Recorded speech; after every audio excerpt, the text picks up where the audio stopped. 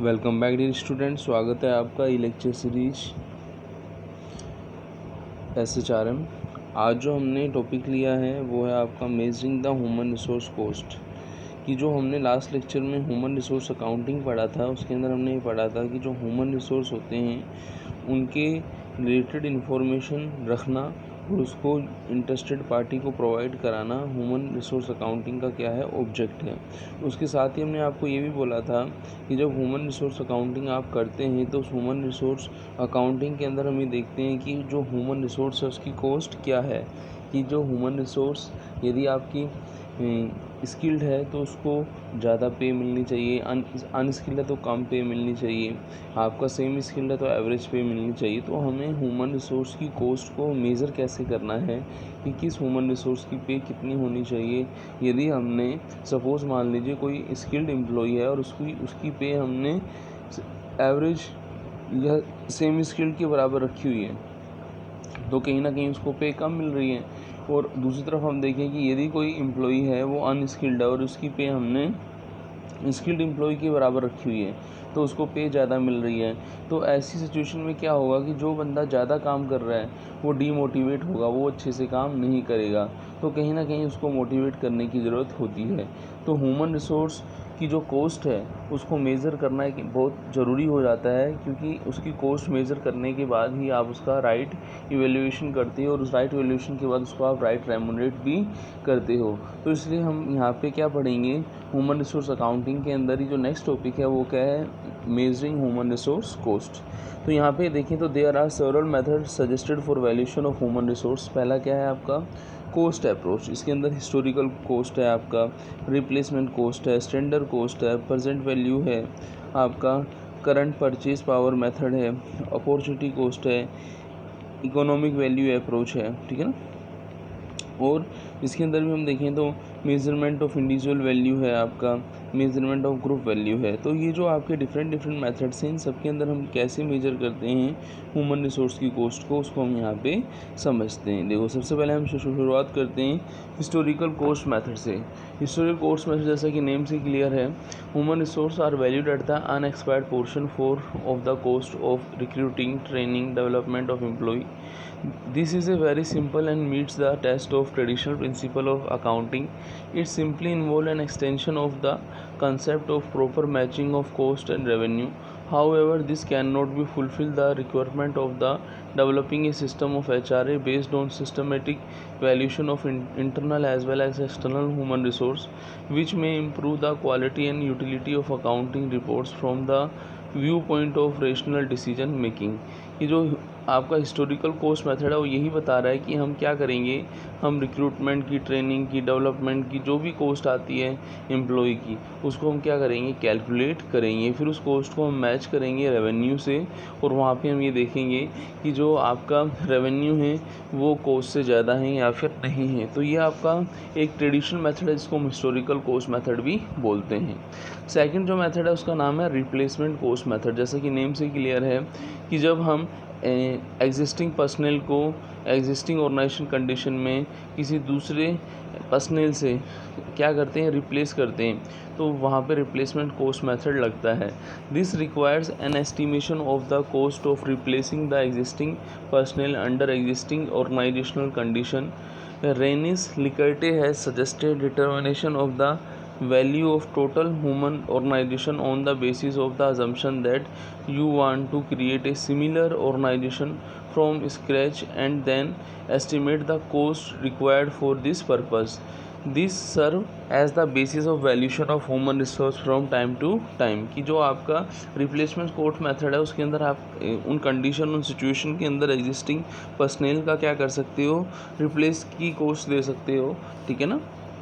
तो उसमें आपको ये क्या करता है, हेल्प करता है। But it is difficult to find identical replacement of existing human resource in actual practice. जबकि हम ऐसा सोचें तो ऐसा कर सकते हैं, लेकिन वास्तव में जब हम देखते हैं कि रिप्लेसमेंट कैसे होगा तो उसमें थोड़ी प्रॉब्लम हमें फेस करनी पड़ सकती है।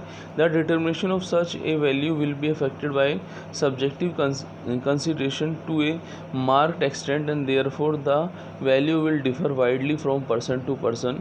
Further it lacks variability.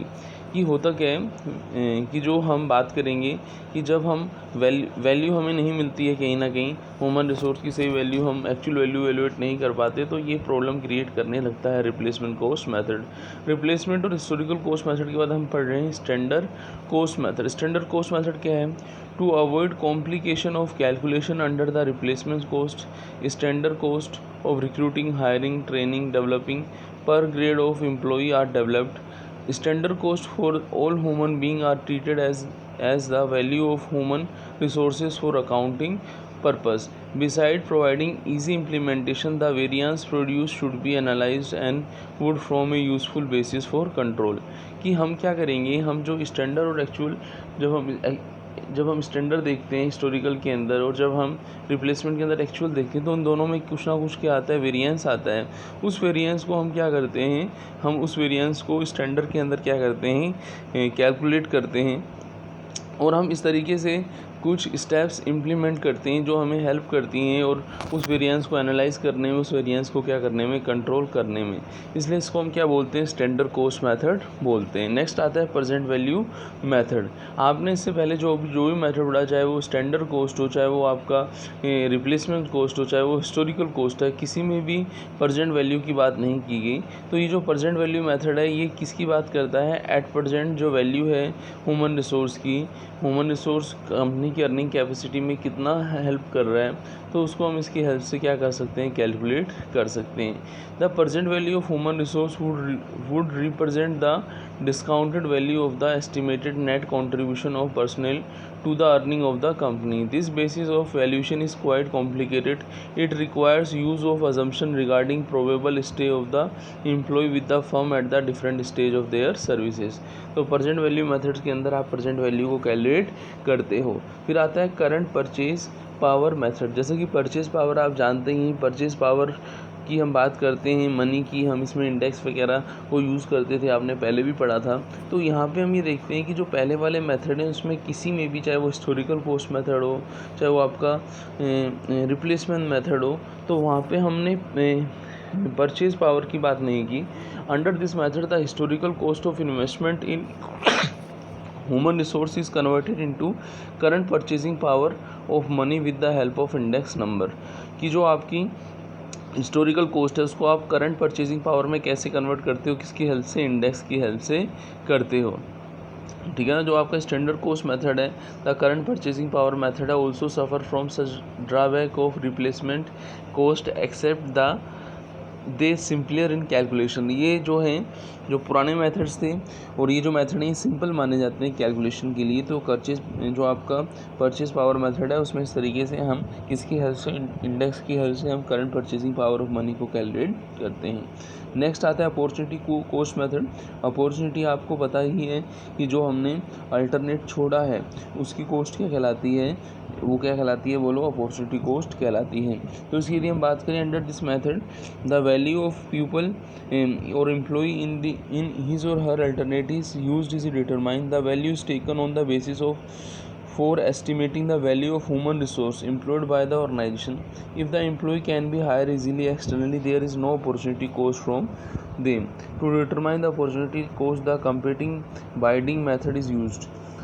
It excludes the value of employee of the type who can be hired. कि यदि आप किसी एम्प्लॉई को ईज़िली हायर कर देते हो, ठीक है ना, तो वहाँ पे आपकी कोई अपॉर्चुनिटी कॉस्ट नहीं होती है। लेकिन किसी एम्प्लॉई को हायर करने में आपको क्या लगती है, कुछ एडिशनली कॉस्ट लगती है, ठीक है ना। पुराने वाले अल्टरनेटिव की हम बात करें, उससे कंपैरिजन करें, तो कहीं ना कहीं जो कॉस्ट होती है वो क्या कहलाती है, अपॉर्चुनिटी कॉस्ट कहलाती है। तो अपॉर्चुनिटी कॉस्ट मेथड के अंदर हमें देखते हैं कि जो एम्प्लॉई को हायर करने की जो हमारी कॉस्ट आई है वो क्या है, ठीक है ना। यदि आप उसको इजीली हायर कर लेते हो, कोई अपॉर्चुनिटी कॉस्ट नहीं मानी जाती है। फिर देखते हैं economic value approach. Economic value approach, जैसा कि आपको नेम से क्लियर है कि इसके अंदर हम इकोनॉमिक टर्म्स के बेस पर हम देखते हैं कि फ्यूचर अर्निंग क्या होंगी, ठीक है ना। इसमें कुछ चीज़ों को हम मिक्स करते हैं। जैसे आपने देखा होगा प्रेजेंट वैल्यू की जो बात की थी हमने, ठीक है ना। तो यहाँ पे हम देखते हैं इकोनॉमिक वैल्यू अप्रोच के अंदर present value of a portion of a firm future earning attributed to human resource will be a value of the resources, कि जो प्रेजेंट वैल्यू है ह्यूमन रिसोर्सेज की किसके लिए, जो फ्यूचर अर्निंग है उसकी जो हम प्रेजेंट वैल्यू निकाल रहे हैं वो इकोनॉमिक वैल्यू अप्रोच माना जाएगा। इसके अंदर हम मेजरमेंट करते हैं इंडिविजुअल की वैल्यू को।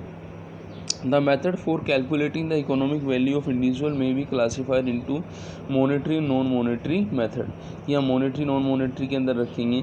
monetary measure of assessing individual value के अंदर आप Flamholtz model of determination of individual value को इंक्लूड करते हैं।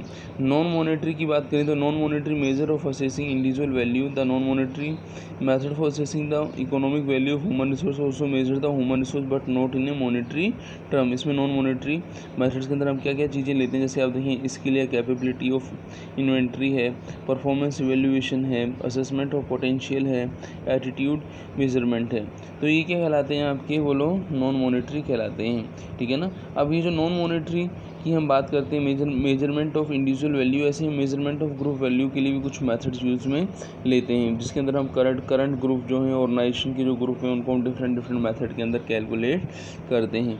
जैसे लाइक लिकर्ट एंड बोरे मॉडल है आपका, फ्लैप जोन्स या पहले इकोनॉमिक मॉडल है आपका, हरमनसन अनपरचेज गुडविल मॉडल है, ह्यूमन ऑर्गेनाइजेशन डायमेंशन मॉडल है आपका, फिर आपका method for valuation of expenses centre group method है। तो ग्रुप वैल्यू के लिए हम यूज़ में लेते हैं।